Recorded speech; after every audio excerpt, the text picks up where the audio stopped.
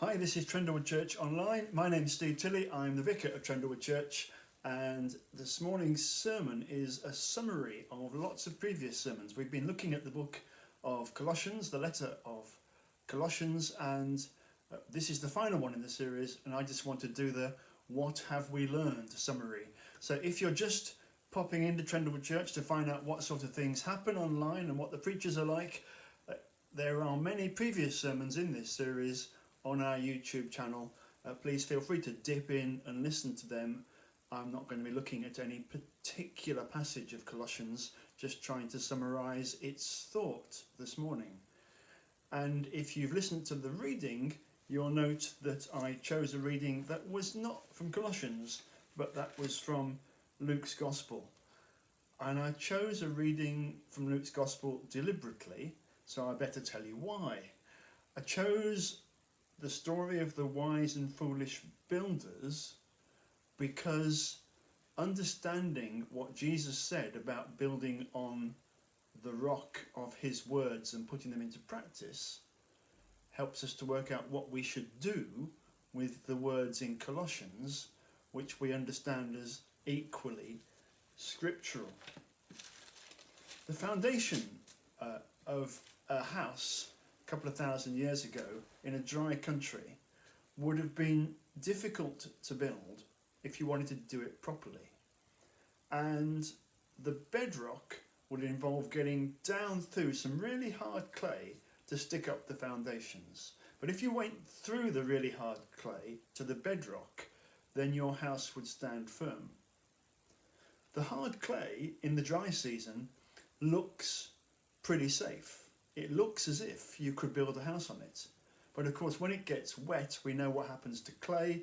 It becomes muddy and slippery and slimy and runs away. When I worked in the northeast, they had a great word for it. It becomes clarty. You get clarts on you if you get clay on the soles of your shoes. I love that. So the wise person, knowing they could build a temporary home on the clay, decides to build a permanent home on the rock. And then when the storms come, when the rain comes, it won't get washed away. Sounds smart to us, but it's back-breaking, hard work to dig through the dry clay to get to the foundation. So it's an investment of time, of energy, of effort, of labour to do it. And of course, when Jesus interprets that as being about a wise follower of him builds his life on Jesus' words, he's doing something rather remarkable, because most of the scriptures in the Old Testament, particularly Isaiah, point to the great temple that will be built as an acknowledgement of God's greatness and people whose identity revolves around the temple. And Jesus is saying, from no longer is it a physical building, but you build your life on the rock of my words. It's me. And that's where we started when we looked at Colossians. That was the thing that we began with, because we used the main theme of the book to remind us that Paul is talking about Jesus as the likeness of the invisible God. I just said Paul, and many people think that Colossians was an original work by Paul that was embellished in some way, has a very high Christology. His disciples and followers maybe made more of his original letter than he did in the first place. Either way, we have a high point of the New Testament understanding of what it means to be a follower of Jesus, because Jesus is who you need to look at if you want to know what God's like, the likeness of the invisible God. And that's pretty remarkable. That's pretty amazing. And if it's true, and you believe it, and you want to make that something that you build your life on, then you have to treat it as rock.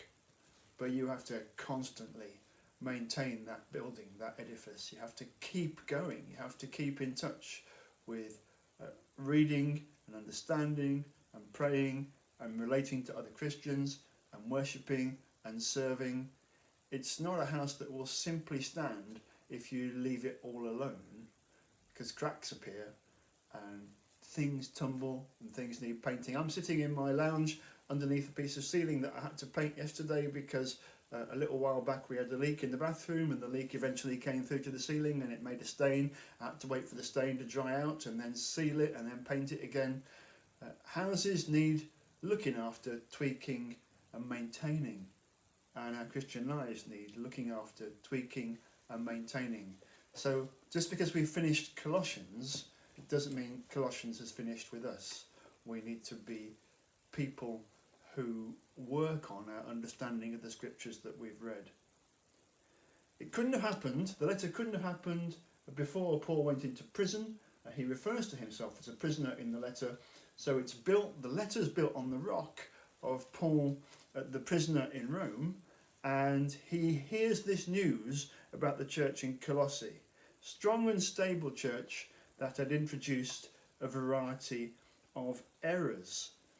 And the letter, originally and then probably embellished, wanted to adjust Christian thinking because it had got the foundations wrong. Some Christian teachers had claimed they had secret knowledge of salvation that's superior to the teaching given by Paul. Some teachers wanted Christians to adopt Jewish customs such as circumcision and following ancient food laws. Some Christians emphasised the power of the spirit world more than the power of Jesus. And the letter rightly sees that these teachings attack the central place Jesus Christ has in the salvation of the human race.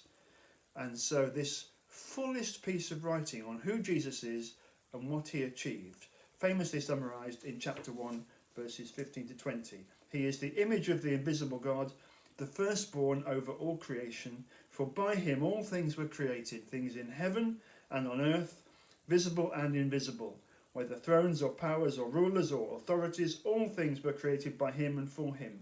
He's before all things, and in him all things hold together. The image of the invisible God, by him all things were created, the firstborn from among the dead, all God's fullness dwells in him all things hold together. That's the message to the Christians at Colossae, and other bits and pieces about relationships and apparent rules for holy living are simply an embellishment of what it means to try to build your life on the rock of Jesus' words and not be so concerned about a building. It couldn't have been a more apt letter for us to read as a church during a period of time in the life of this country where we were not able to go into the building we normally meet in. For we have had to learn week by week what it means to build our lives on the rock of Jesus' words without going to church. We've had to learn to be church, not to go to it. What a fantastic message to take with us as we start thinking about the end of lockdown and what it might mean to go back to worshipping together. Hopefully we're going to be able to do that sometime in the next few weeks. We're going to carry on online as well for those who can't do it. But we need all of us, each and every one of us, to build our lives on the rock that is the words of Jesus. Thanks for listening to this series. Hope you found it helpful. If you have any comments or questions, there's an email address on the website. Send your questions to us, send your comments to us, and we'll try and answer. Thanks. Have a good day, night, morning. Whenever you're listening to this, have a good time. Cheers.